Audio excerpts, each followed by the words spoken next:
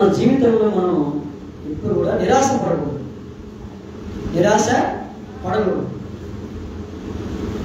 చాలా మంది నిరాశ పడిపోతుంటారు ప్రతి విషయం. నిరాశ నుండి మనల్ని విడిపించడానికే ప్రభు వచ్చాడు. నిరాశ నుండి విడిపించడానికే ప్రభు వచ్చాడు. అది నీ రోగమైనా, మరి నీ కష్టమైనా, నీ అప్పులైనా, నీ బాధలున్నా, ఏదైనా సరే నిరాశ పడిపోవు. చాలా మంది ప్రతి విషయానికి కృంగిపోతుంటారు.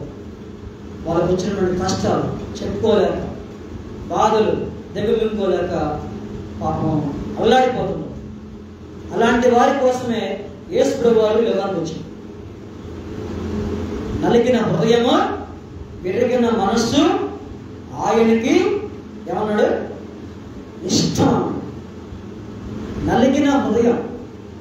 చూడండి, కొంతమంది పాపం నలిగిపోతుంది. ఎన్నో కష్టాలు, చెప్పుకోలేని బాధలు, కుటుంబ సమస్యలు, ఇవన్నీ కూడా మరి నలిగిపోతుంటారు. కొంతమంది మనసు ఇరిగిపోయి వాళ్ళ చుట్టూ ఉన్న జరుగుతున్నటువంటి పరిణామం, పరిస్థితులు చూసి ఏమైతే మనసు ఇరిగిపోయాడు.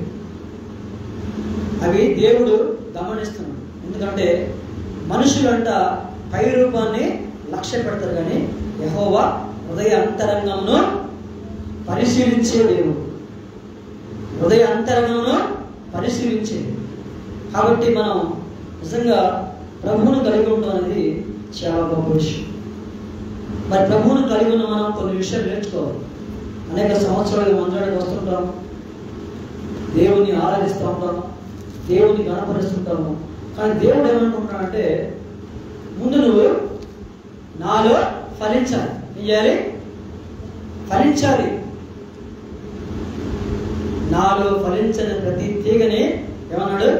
తీసేస్తాను, అంటే పెరికేస్తాను. ఎలా ఫలించాలంటే ఆత్మీయంగా ఫలించాలి. అంటే రోజు రోజుకి మన చిన్నప్పుడు మనం పిల్లవాడిలా ఉన్నాం, అవయవాలు ఎదగలేదు. సంవత్సరాలు గడిచే కొద్ది ఏమైంది? మనలో మన ఎత్తు పెరిగింది, అవయవాలు పెరిగింది, మన జ్ఞానం పెరిగింది. ఆటోమేటిక్ ఏమైంది? మనం ఒక పరిపూర్ణమైన స్థితిలోకి వచ్చాం. అప్పుడు అంటే మనం ఏమాలి? పరిపూర్ణంగా మార్చబడాలి. ఎలా అంటే పరిపూర్ణంగా ఉండాలి, సంపూర్ణంగా ఉండాలి. ఇంకా ఎప్పుడు కూడా మరి పాత ధోరణిలో ఉండకూడదు. నీ వయసు పెరిగే కొద్దీ నువ్వు ఎలా ఉండాలంటే దేవునికి దగ్గరగా జీవించాలి. ఏం చేయాలి? చాలా మంది ఏమంటారంటే, ఇంకా రక్షణ పొందుకున్నాగా, బాప్టిజం పొందుకున్నాగా అయిపోయినాను. అయిపోవాలి, అప్పుడే మొదలైంది. ఎప్పుడైతే రక్షణ పొందుకుంటామో, మారు మనసు పొందుకుంటామో, అప్పటి నుంచి ఏమైంది? ప్రభుత్వం మనకి వివాహం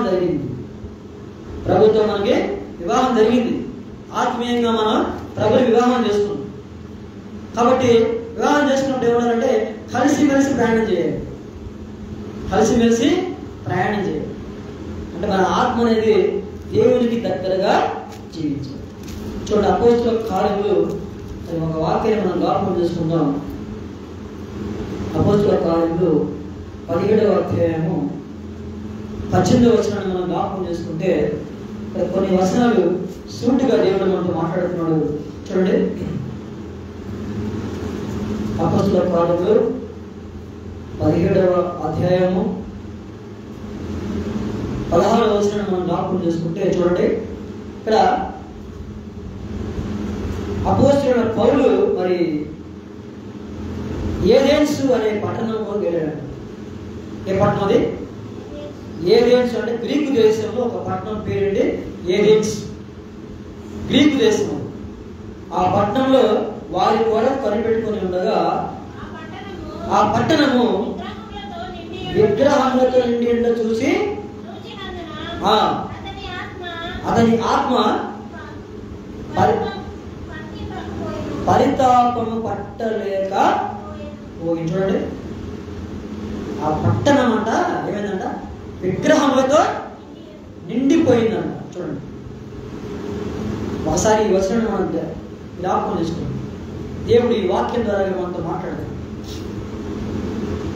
అంటే పౌలు గారు వెళ్ళినప్పుడు ఆ పట్టణం అంతా కూడా విగ్రహములతో నిండిపోయింది. అంటే విగ్రహారాధన చేస్తున్నారు. మరి వాళ్ళు విగ్రహారాధన చేస్తుంటే ఈయన ఎందుకు బాధపడ్డాడు? వాళ్ళేదో వాళ్ళ భక్తిని వాళ్ళు కొనసాగించుకుంటున్నారు. వాళ్ళేదో వాళ్ళ దేవుణ్ణి, వాళ్ళు నమ్ముకున్న దేవుణ్ణి వాళ్ళు పూజిస్తున్నారు. అవునా? ఈయన ఎందుకు బాధపడ్డాడు? ఈయన ఎందుకు నొచ్చుకున్నాడు? ఈయన ఎందుకు? ఆత్మ అంట పరితాపం చెందిందంట. ఏ తాపము? పరితాపం అంటే ఏంటి? తట్టుకోలేకపోయాడు, ఓర్చుకోలేకపోయాడు, సహించలేకపోయాడు, భరించలేకపోయాడు. బా చూడండి, ఎందుకు? వీళ్ళలో ఉన్న ఆత్మ ఏంటి? యేసు ప్రభు వారి ఆత్మ, పరిశుద్ధాత్మ. నిజంగా పరిశుద్ధాత్మ దేవుడు మనలో నివాసం చేస్తే, పరిశుద్ధాత్మ మనలో ఉంటే మనకి ఎలా అనిపిస్తుంది?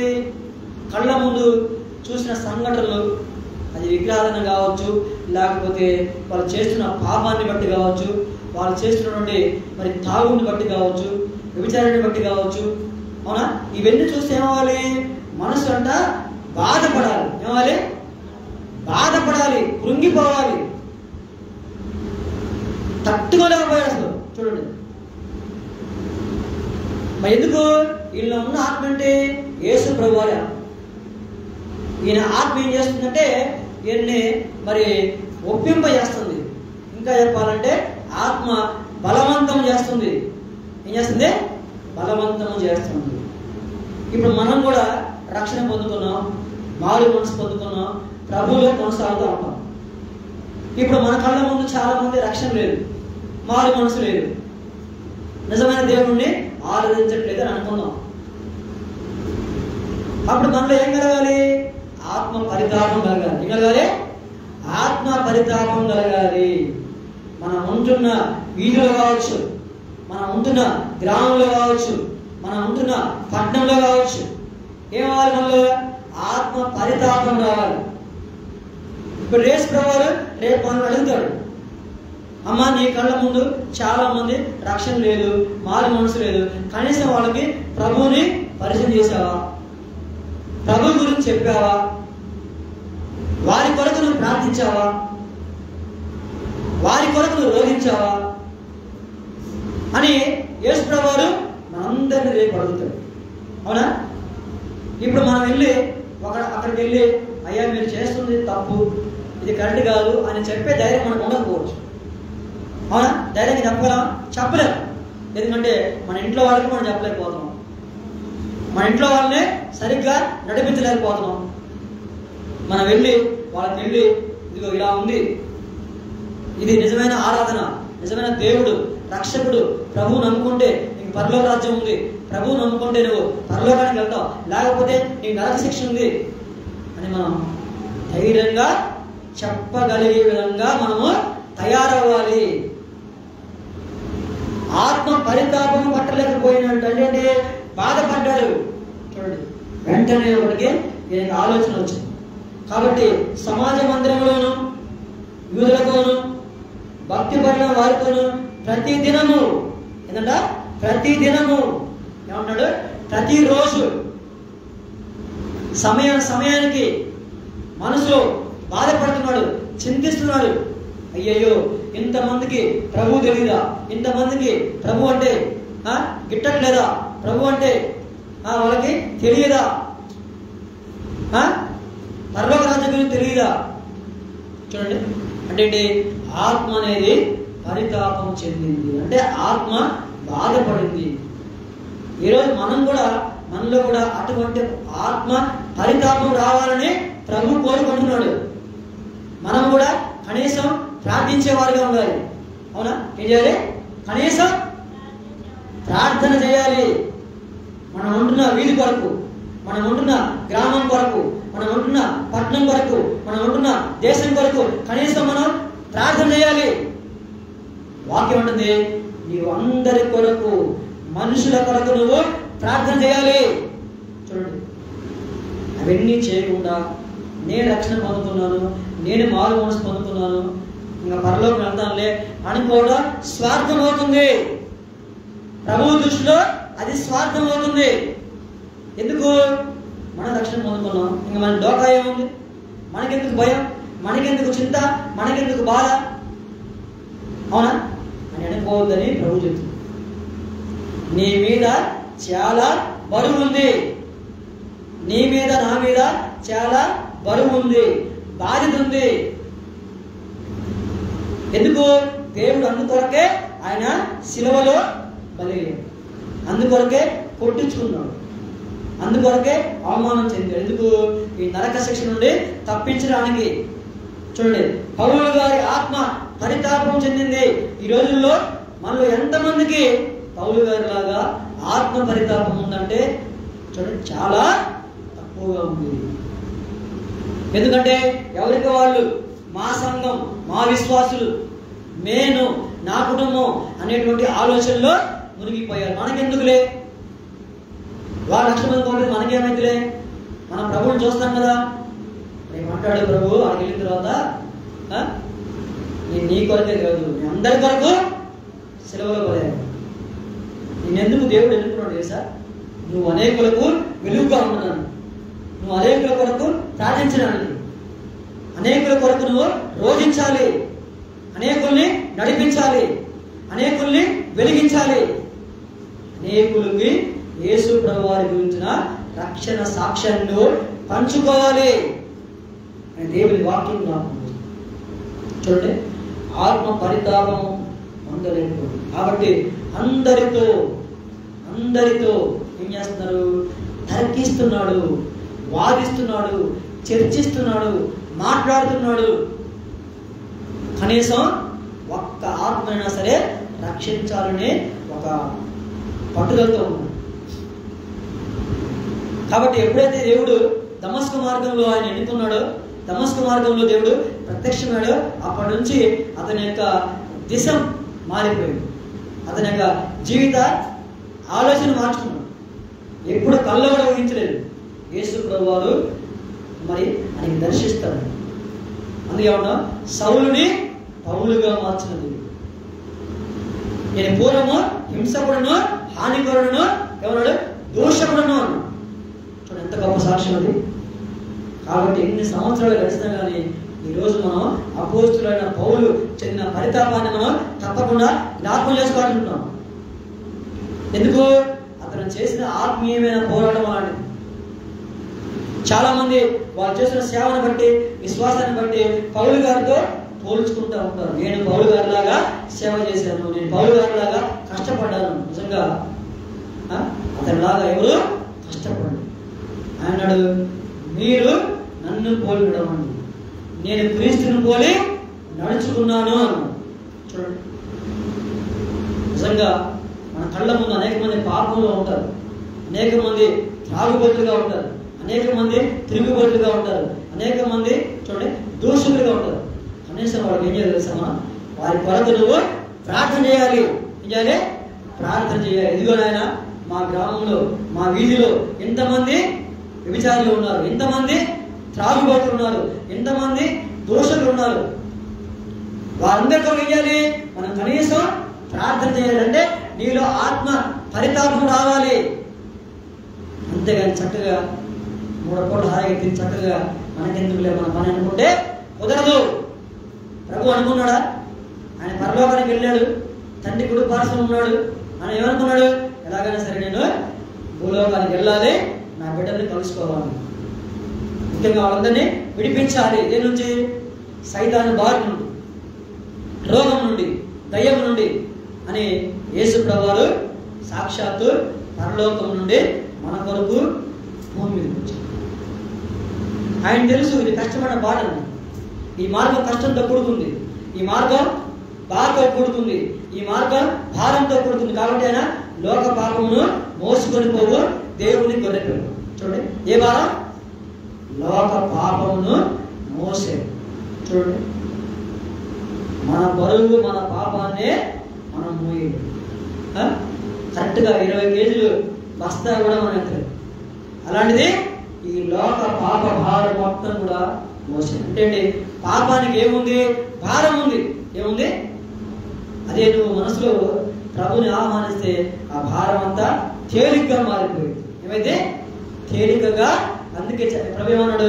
నేను నీకు నెమ్మదిని కలిగిస్తాను. నీకు నెమ్మది ఎప్పుడు ఉంటుంది అంటే మందిరంలో ఉంటుంది. నీకు నెమ్మది ఎప్పుడు? నువ్వు ప్రార్థన చేస్తే నీకు నెమ్మది. లేకపోతే ఏముంటుంది?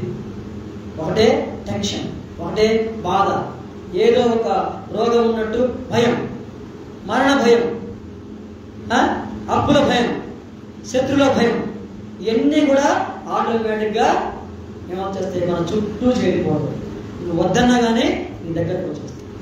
అదే నువ్వు ప్రభువుని ఆహ్వానిస్తే ఇవన్నీ కూడా దూరం అయిపోతాయి. కాబట్టి ప్రభు గారిలో ఒక ఆలోచన కలిగింది. ఎలాగైనా సరే నేను మరి వీళ్ళందరినీ కూడా ప్రభువుని పరిచయం చేయాలి, ప్రభు గురించి చెప్పాలి అని లోపల పరితాపం చెప్పింది. ఎందుకు? ఆ పట్టణం అంతా విగ్రహములతో నిండిపోయింది. ఎటు చూసినా బొమ్మలే, ఎటు చూసినా విగ్రహాలే, ఎటు చూసినా చూడండి, ఎటు చూసినా ఇవే కనబడుతుంది. మరి వెంటనే కూడా వీళ్ళు ఒక మార్పు వచ్చింది, ఒక ఆలోచన వచ్చింది. చూడండి, ఇంకా మనం ముందుకెళ్తే కొంతమంది వాళ్ళందరూ కూడా దీనితో కొందరు వాళ్ళు జ్ఞానులు. ఎవరు? జ్ఞానులు. జ్ఞానులు ఎందుకంటే వాళ్ళు విన్న బోధ వేరు, వాళ్ళు ఆరాధిస్తున్న దేవుడు వేరు, వాళ్ళ సిస్టం వేరు, వాళ్ళ పద్ధతి వేరు, వాళ్ళ మార్గం వేరు. మనం ఇలా వెళ్ళి ప్రభు గురించి చెప్పామనుకోండి, ఏమంటారు? ఎక్కడో అబ్రహాం, ఎవరు? ఇస్సాకా, ఎవరు? దానియేలా, ఎవరు? పౌలా. మరి ఎలా ఉంటే కొత్తగా అనిపిస్తుంది. ఎలా అనిపిస్తుంది? కొత్తగా అనిపిస్తుంది, కొత్త బోధగా ఉంటుంది. ఎందుకు? వాళ్ళు చిన్నప్పటి నుంచి ఒక సిస్టమేటిక్గా ఉంటారు, ఒక భక్తిలో ఉంటారు. ఇవన్నీ కూడా ఆటోమేటిక్గా ఏమైంది? వాళ్ళు ఒక ఆలోచన కలిగించడానికి మరి అపోస్తలుడైన పౌలు ముందుకెళ్ళాడు. చూడండి, కొందరు ఈ వదరబోతు చెప్పినది ఏమిటని చెప్పుకుంది. అతడు యేసుని గురించి, పునరుత్థానం గురించి ఏమన్నాడు? యేసుని గురించి చెప్పాడు. ఏం చెప్పాడు? యేసుని గురించి చెప్పాడు. ప్రభు నమ్ముకున్న మనము ఎక్కడికి వెళ్ళినా ముందు మన గురించి కాదు, మన కుటుంబం గురించి కాదు, మన భార్య గురించి కాదు, మన పిల్లల గురించి కాదు, మన ఆస్తి గురించి కాదు, ఎవరి గురించి? ప్రభుని గురించి చెప్పాలి, ప్రభుని ప్రకటించాలి, సత్యాన్ని అందించాలి, సత్యాన్ని తెలియజేయాలి. అందువల్ల దేవుడు మనల్ని ఎన్నుకున్నాడు. చూడండి, యేసుని గురించి చెప్పాడు, యేసు ప్రభు యొక్క త్యాగాన్ని గురించి చెప్పాడు, ఆ రక్తం కాల్చిన విధానం చెప్పాడు, శిలువ గురించి చెప్పాడు, రక్షణ గురించి చెప్పాడు, మారు మనసు గురించి చెప్పాడు. నువ్వు నమ్ముకుంటే ప్రభువు నమ్ముకోవాలి, లేకపోతే నీకు శిక్ష కలుగుతుంది అని చెప్పేసి ధైర్యముగా ప్రకటించారు. వాళ్ళు ఏమన్నారు? ఈ వదిలిపోతున్నారు. ఏమన్నారు? వదిలిపోతు అంటే ఏంటి? చూడండి, ఆటోమేటిక్గా మనం కూడా ప్రభు గురించి చెప్పినప్పుడు మనకు కూడా కొన్ని ఏమొస్తాయి? వ్యతిరేకతలు వస్తాయి. మనల్ని అవమానిస్తారు, తిడతారు, దూషిస్తారు, కొడతారు, అవసరమైతే చెరసాలలో వేస్తారు. ఇవన్నీ కూడా మనము సిద్ధంగా ఉండాలి. ఎలా ఉండాలి? సిద్ధంగా ఉండాలి. ఇప్పుడు సిద్ధపడండి. ఇది ప్రభు కొరకు ఏదో ఒకటి చేయాలి, ప్రభుని ప్రకటించాలి, ప్రభుని పరిచయం చేయాలి. ఇవన్నీ కూడా ఉండడానికి దేవుడు మనల్ని చూడండి యేసుని గురించి చెప్పాడు, ఆయన శిలువ గురించి చెప్పాడు, ఆయన ఎందుకొరకు ఈ లోకానికి వచ్చాడో చెప్పాడు, ఆయన చేసిన కార్యం గురించి చెప్పాడు, ఆయన చేసిన స్వస్థ గురించి చెప్పాడు, ఆయన శక్తిని గురించి చెప్పాడు. ఇవన్నీ చెప్పాడు. తర్వాత ఏమన్నాడు? పునరుత్థానం గురించి చెప్పాడు. ఏంటంటే పునరుత్థానం అంటే యేసు ప్రభువారు ఆయన చనిపోయి మరలా తిరిగి మూడవ దినమున తిరిగి లేచాడు. ఆయన జయశీలుడు, ఆయన శక్తిమంతుడు, మృతులను సైతం లేపగలిగిన వాడు అని చెప్పేసి అనేకమైన సందర్భాలు, అనేకమైన ఉపమానాలు ఇవన్నీ కూడా చరిత్ర ఆధారాలతో లేఖానుసారంగా వాళ్ళ ముందు పెట్టాడు. చూడండి, అప్పుడు వాళ్ళు ఏంటి? కొంచెం ఆలోచన కలిగింది, కొంచెము ఆలోచన కలిగింది. ముందు బాధపడ్డాడు, ఈ పరిస్థితి ఏంటి, ఈ పట్టణం అంతా కూడా విగ్రహాలతో నిండిపోయింది, దేవుణ్ణి ఆరాధించట్లేదు, దేవుణ్ణి గణపరచట్లేదు అని చెప్పేసి లోపల బాధపడ్డాడు. చూడండి, వెంటనే అక్కడికి ఒక మీటింగ్ కాడికి వెళ్ళాడు. ఒక మీటింగ్ కాడికి వెళ్ళాడు. అక్కడికి వెళ్ళినప్పుడు చూడండి, ఇదే అధ్యాయంలో మనం చూస్తే 22 నుండి 22 వచ్చిన చూస్తే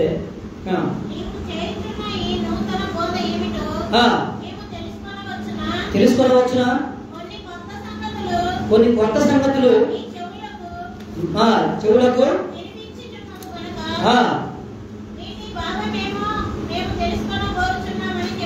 చూడండి. ఫస్ట్ ఏమో తిట్టారు, దూషించారు. ఏమంటున్నారు, అయ్యా నువ్వు చెప్పేది ఆ 2 మాటలు మాకేదో కొత్తగా అనిపిస్తుంది, నువ్వేం ప్రభు అంటున్నావు, పునరుత్థానం అంటున్నావు, పరిశుద్ధాత్మ అంటున్నావు అని చెప్పేసి వాళ్ళు ఒక ఆలోచన కలిగింది. చూడండి ఏంటి, ఒక ఆలోచన వాళ్ళు ఒక మంట లేపాడు. ఎంత చెప్పాలి, లేపాడు, ఒక మంట లేపాడు. అంతకుముందు వాళ్ళు వెళుతున్న మార్గం గురించి, వాళ్ళు చేస్తున్న భక్తి గురించి, ఇవన్నీ కూడా సత్యముతో కూడా ఆయన ప్రకటించాడు. అంటే ఏంటి, వాళ్ళు కొత్త ఆలోచన లేపారు. మనం కూడా ఎప్పుడైతే ఎదుటి వాళ్ళు ఒక కొత్త ఆలోచన లేపాలి, అంటే మంచి ఆలోచన. మనం వెళ్తున్న మార్గం ఏంటి, ప్రభువు నమ్ముకుంటే పరలోక రాజ్యం, ప్రభువు నమ్ముకుంటే మరి రేపు పరలోకంలో ఎల్లప్పుడూ మనం జీవిస్తాం, లేకపోతే ఏమవుతున్నాం, నరక శిక్ష మనకి ఉంది ప్రభువు నమ్ముకోకపోతే. ఇవన్నీ కూడా ఆయన ఆధారాలతో కూడా చెప్పాడు. చూడండి, ఇంకా మనం ముందుకెళ్తే ఏమన్నాడు, కొత్త సంగతులుగా ఒకసారి మేము వింటామని చెప్పాడు. అక్కడ అవన్నీ కూడా విని ఒకసారి మేము కూడా నీ బోధ ఏదో కొత్తగా ఉంది, ప్రభు గురించి చెప్తున్నావు, ఆయన చేసిన కార్యం గురించి చెప్తున్నావు అని చెప్పేసి వాళ్ళు కూడా మనసులో ఇతన్ని ఆహ్వానించారు. చూడండి, అంటే ఫస్ట్ ఎలా ఉంది, వాళ్ళకి కష్టంగా ఉంది. ఆటోమేటిక్గా ఏంటి, మెల్లమెల్లగా వాళ్ళు ఒక చిన్న మార్పు లేదు. ఒక వ్యక్తి కూడా ఎప్పుడు మారడు, మనసు అంత ఈజీగా మారదు. ఏదో ఒక విధంగా దేవుని వాక్యము హృదయంలో ఉంటే, ఆకర్షిస్తే ఆటోమేటిక్గా తెలియకుండానే మార్పు కలిగింది. ముందు మనం ఏం చేయాలి, ఒక అడుగు ముందుకేయాలి. ఒక ఆత్మ రక్షించాలంటే ఒక అడుగు ముందుకేసి వాళ్ళ కష్టంలో ఉన్నప్పుడు, బాధల్లో ఉన్నప్పుడు వెళ్ళి మనం ప్రార్థన చేయాలి. అవునా, మంచంలో ఉంది, వెళ్ళామనుకో, అమ్మ అందులో చెప్తాం, ప్రార్థన చేసాడు, వద్దయిద్దా, వద్దను, కంపల్సరీగా ప్రార్థన చేయబడింది. వద్దని అనుకోండి, ఏం చేయాలి, పాద ధూళి అక్కడ ఏం చేయాలంట, పాద ధూళి అక్కడే మనం వదిలిపేయాలి. అంతేగాని ఎక్కడ వాళ్ళతో గొడవ పెట్టుకోకూడదు. మనం బాధపడతాం, మనం వెళ్ళి మేము ప్రార్థన చేస్తామన్నప్పుడు వద్దని మనం కూడా బాధ కలిగింది. మనం ఆయన తప్పదు, అవమానించబడాల్సింది. వెంటనే చూడండి, వాళ్ళు ముందుకెళ్తే ఏమన్నాడు, వెంటనే చూడండి ఒక మాట చెప్పాడు ముందుగా. చూడండి, అదే అధ్యాయంలో, ఏదైనా వారులారా మీరు సమస్త విషయంలో అతి దేవతా భక్తి గల వారు ఉన్నట్టు నాకు కనబడుచున్నది. ఏ భక్తి అంట, దేవతా భక్తి కాదు, అతి దేవతా భక్తి. అంటే ఏంటి, వీళ్ళ భక్తి ఎలా ఉంది, ఓవర్గా ఉంది. ఎలా ఉంది, ఓవర్, అతిగా ఉంది. దానికి ఒక సిస్టమ్ లేదు, ఒక పద్ధతి లేదు, ఒక ఆలోచన లేదు, ఒక ప్రణాళిక లేదు. ఎలా ఉంది, అతి దేవతా భక్తి గల వారే ఉన్నారు. ఏంటంటే అతి దేవతా భక్తి ఎవరు, ఇల్లు ఏజెంట్స్ పట్టణం, అంటే గ్రీకు దేశంలో ఉన్న ఒక పట్టణం. పౌలు గారు మొత్తం గమనించాడు, వీళ్ళకి ఏ విధంగా సువార్త చెప్పాలి, వీళ్ళకి ఏ విధంగా ప్రభువుని పరిచయం చేయాలని చెప్పేసి ఒక ఆలోచన కలిగి ఉన్నాడు. చూడండి, మనం ముందుకెళ్తే వెంటనే మాట్లాడు, నేను సంచరించు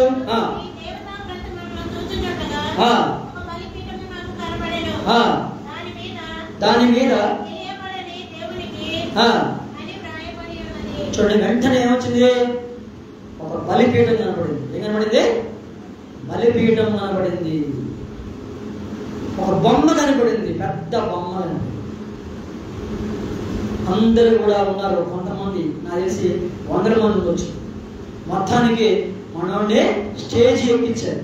ఎక్కించారు, చూడండి ఎంత గొప్ప విషయం, అది ఎంత గొప్ప విషయం. మొత్తానికి స్టేజ్ ఎక్కించాడు, స్టేజ్ నిలబడ్డాడు. అప్పుడు అందరూ కూడా కూర్చొని చెవులు అప్పగించేట్టున్నారు. అప్పటిదాకా వాళ్ళు వద్దన్నారు, నువ్వెవరా అన్నారు, తిట్టారు, దూషించారు, వదలబోతున్నారు. అవునా? ఏమన్నారు? ఇప్పుడు మొత్తానికి దేవుడు స్టేజ్ ఎక్కించాడు. ఎక్కడో మనుషుల్లో ఉండాల్సిన పౌలు ఒక్కసారిగా పైకి ఎక్కాడు. చూడండి ఎంత గొప్ప విషయం.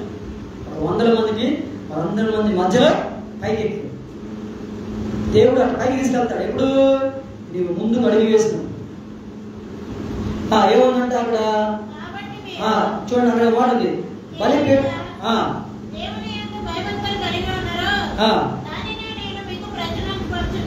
అయ్యా, నేను మీకు కొత్తగా ఏం చెప్పట్లేదు. మీరు ఏ దేవుడిని అయితే ఆరాధిస్తున్నారో, ఏ దేవతని పూజిస్తున్నారో, దేని భక్తి కలిగి ఉన్నారో, నేను దాని గురించి చెప్తాను. కొత్తగా ఏం చెప్పను. మీరు దేవుడిని అయితే దేన్నైతే ఆరాధిస్తున్నారో ఆ బొమ్మ మీద ఏం రాసిందంట, ఒక మాట ఉందంట. ఏందన్నమాట? తెలియబడని దేవుడు. ఏముంది అంటే ఇన్ని సంవత్సరాలు వాళ్ళు దీన్ని ఆరాధించారు. తెలియని దేవుణ్ణి కొంతమంది పాపం వాళ్ళు ఆరాధిస్తున్న దేవుడు గురించి పూర్తిగా తెలియకుండానే ఆరాధిస్తారు. అంటే ఒక భ్రమలో, ఒక మాయలో, ఇంకా చెప్పాలంటే వీళ్ళేంటి, ఆ బలిపీఠమే సాక్ష్యం ఇస్తుంది, ఆ బొమ్మే సాక్ష్యం ఇస్తుంది. ఏమని? తెలియబడని దేవుడు. మరి వీళ్ళెవరు? తెలియబడని దేవుణ్ణి ఆరాధిస్తున్నారు. చూడండి అంత ఆశ్చర్యం. తెలియబడని దేవుణ్ణి ఇన్ని సంవత్సరాలుగా, తరతరాలుగా, తాతల కాలం నుంచి, ముత్తాతల కాలం నుంచి ఏం చేస్తారు? తెలియబడని దేవుణ్ణి ఆరాధిస్తున్నారు. అంటే ఇప్పుడు దాకా వీళ్ళు మోసపోయారా? వెలుగులో ఉన్నారా? చీకట్లో ఉన్నారా? చీకట్లో ఉన్నట్టే. బలిపీఠమే సాక్ష్యం ఇస్తాం. ఏమని? నేను దేవుణ్ణి కాదు, నా పేరు తెలియబడని దేవుడు. మా నమ్ముకున్న దేవుడు ఎవడు? తెలిసిన దేవుడు, రక్షకుడు, తేజోమయుడు, వెలుగులో ఉన్నవాడు. అవునా? మరి ఇవన్నీ కూడా ఆయనకి పేర్లు. భూమి ఎందనను, ఆకాశం ఎందనను, ఆకాశం కింద నీళ్ళెందనను, ప్రతి వాని మోకాలు యేసు నామంలో వంగాలి. చూడండి,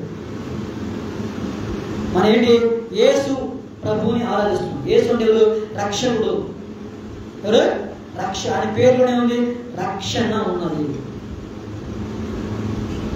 ఆత్మని రక్షిస్తాడు, నీ ఆత్మని కాపాడుతాడు, నీ శరీరాన్ని రక్షిస్తాడు, నీకు నెమ్మది కలగజేస్తాడు అని దేవుడి వాక్యం జ్ఞాపకం చేస్తుంది. చూడండి, ఇంకా మనం చూస్తే ఇక్కడ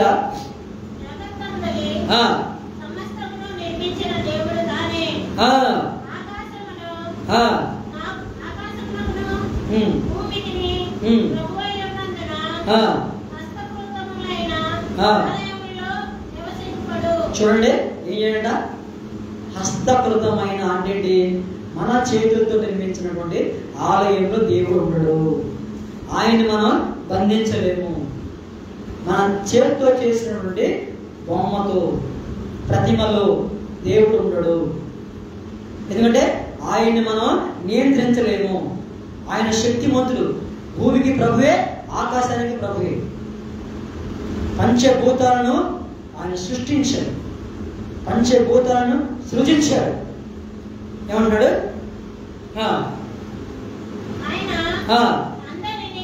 అందరికీ జీవమును, ఊపిరిని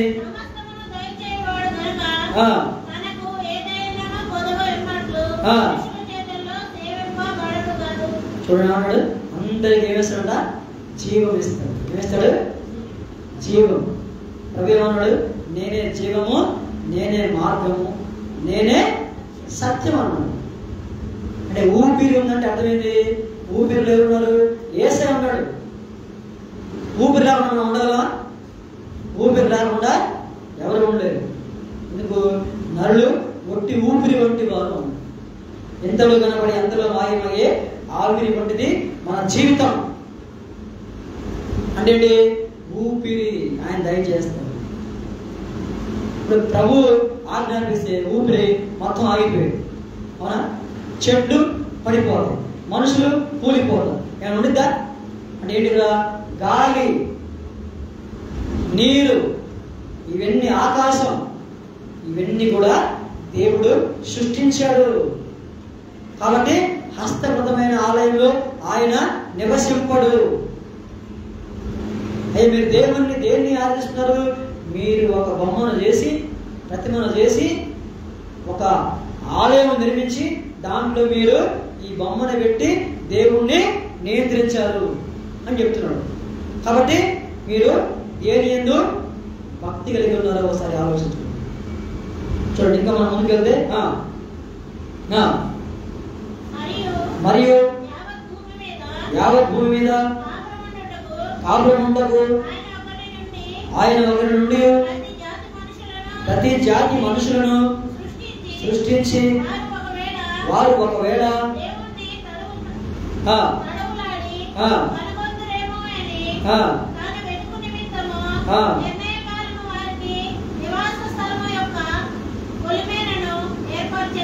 చూడమన్నాడు.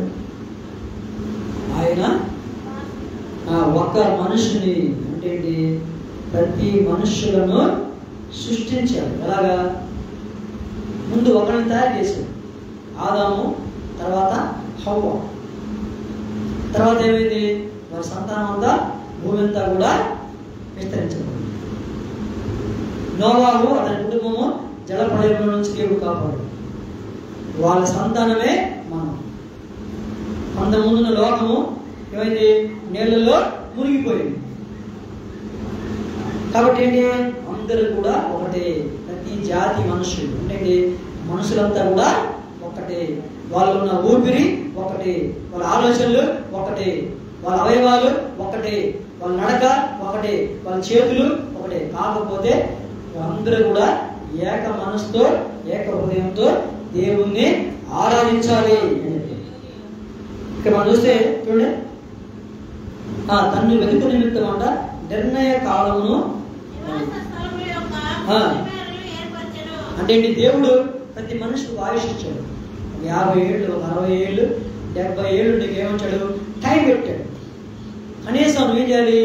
ఈ టైంలో దేవుణ్ణి కనుక్కోవాలి, యేసు ప్రభువుని నువ్వు తెలుసుకోవాలి. ఏది నిజమైన దేవుడు, ఏది రక్షణ, దేన్ని నమ్ముకుంటే మనం పరలోకానికి వెళ్తాం. అంటే ఈ జీవితం ఒకటే కాదు, ఇంకోటి ఏముంది? చనిపోయిన ఇంకో జీవితం ఉంది. అదే అసలు జీవితం. చాలా మందికి అది అర్థం కావాలి. చాలా మందికి అది అర్థం కావాలి. ఈ జీవితమే శాశ్వతం అనుకుంటున్నారు. ఈ జీవితమే మనం అక్కడే ఉంటాం, గిరిగీసుకుని ఉంటాం అనుకుంటున్నారు. అవునా? ఉంటామా మనం? ఉంటాము. మా అయితే 70 ఏళ్ళు అధిక బలం ఉంటే 70 ఏళ్ళు. తర్వాత ఏంటి? ఆయాసకాలం. ఏంటంట? ఆయాసకాలం. ఏమంటున్నాడు? ఒక నిర్ణయ కాలం ఏర్పాటు చేశాడు ఆయన.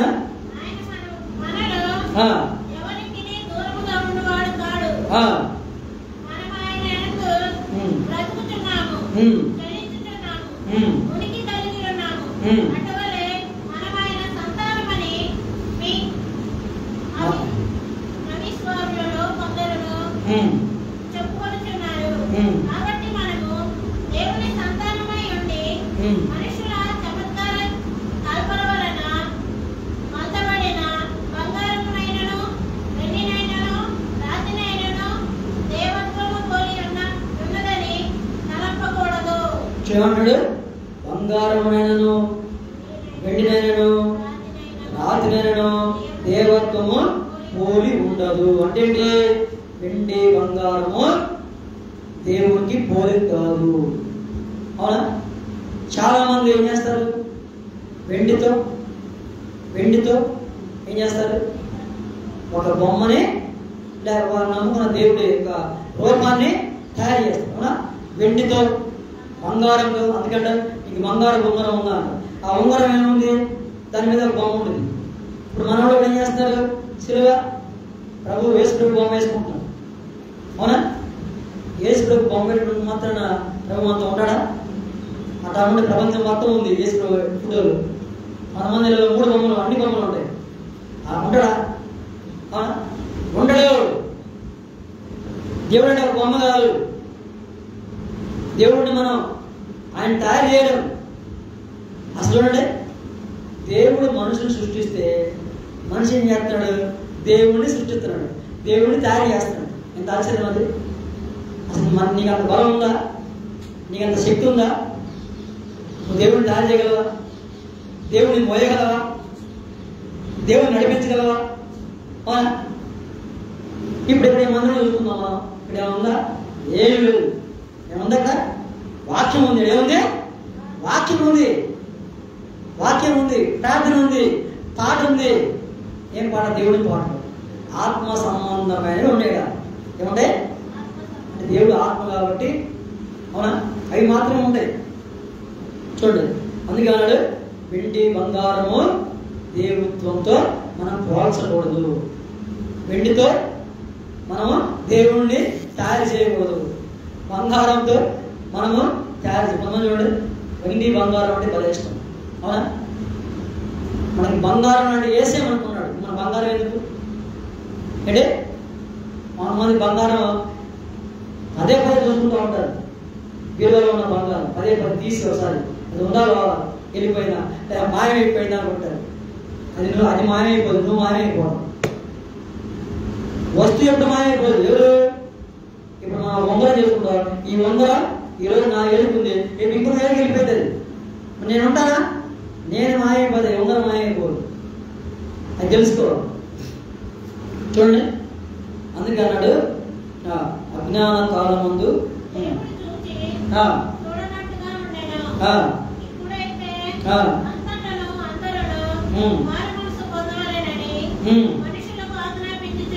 చూడండి చక్కటి మాట అది. అసలు వీళ్ళకి వాళ్ళందరినీ ఒకసారి కూర్చోబెట్టని పాపం కష్టమైంది. ఒక మీటింగ్ మీద స్టేజ్ ఎక్కించారు పౌలు గారు. ఇవన్నీ కూడా మొత్తం పాయింట్లు, మామూలు పాయింట్లు కాదు. ఒక పాయింట్ చెప్తుంటే వాళ్ళ మనసులో గుచ్చుకుంటుంది, ఒక పాయింట్ చెప్తుంటే బెత్తరపోయారు. నిజంగా బైబిల్లో మాటలు వింటే, దాన్ని జాగ్రత్త గమనిస్తే ఆటోమేటిక్గా ఎవరైనా బెత్తరపోవాల్సింది. బైబిల్లో వాక్యం చదివితే, వింటే ఏమవుతాడు? వాడు బెత్తరపోవడమే. వాడు జీవితం మొత్తం చదివిన బైబిల్లో నుంచి తెలుసుకునేవాడు. అంత సత్యం ఉంది, అంత జ్ఞానం ఉంది. చూడండి, అందరు బెత్తరపోయారు. ఒక మాట తూటలాగా పేలిందంట, ఒక మాట గుచ్చుకుంది, బాణంలా గుచ్చుకుంది. అప్పుడు వాళ్ళందరూ కూడా నోటి మీద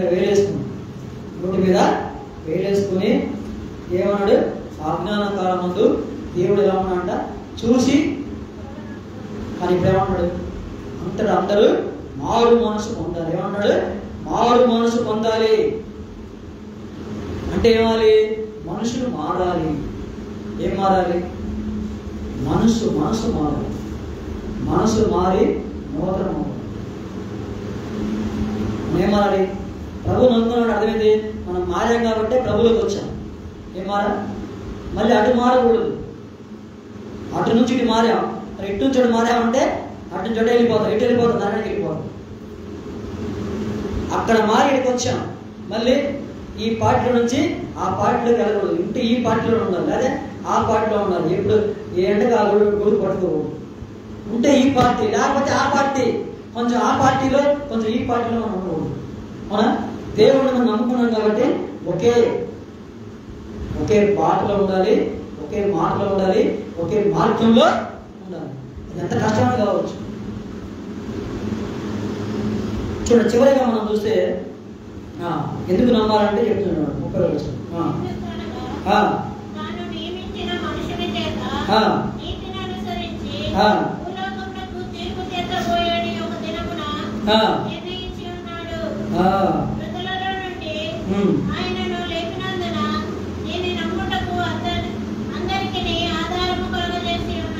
అందరికీ ఏమన్నాడ?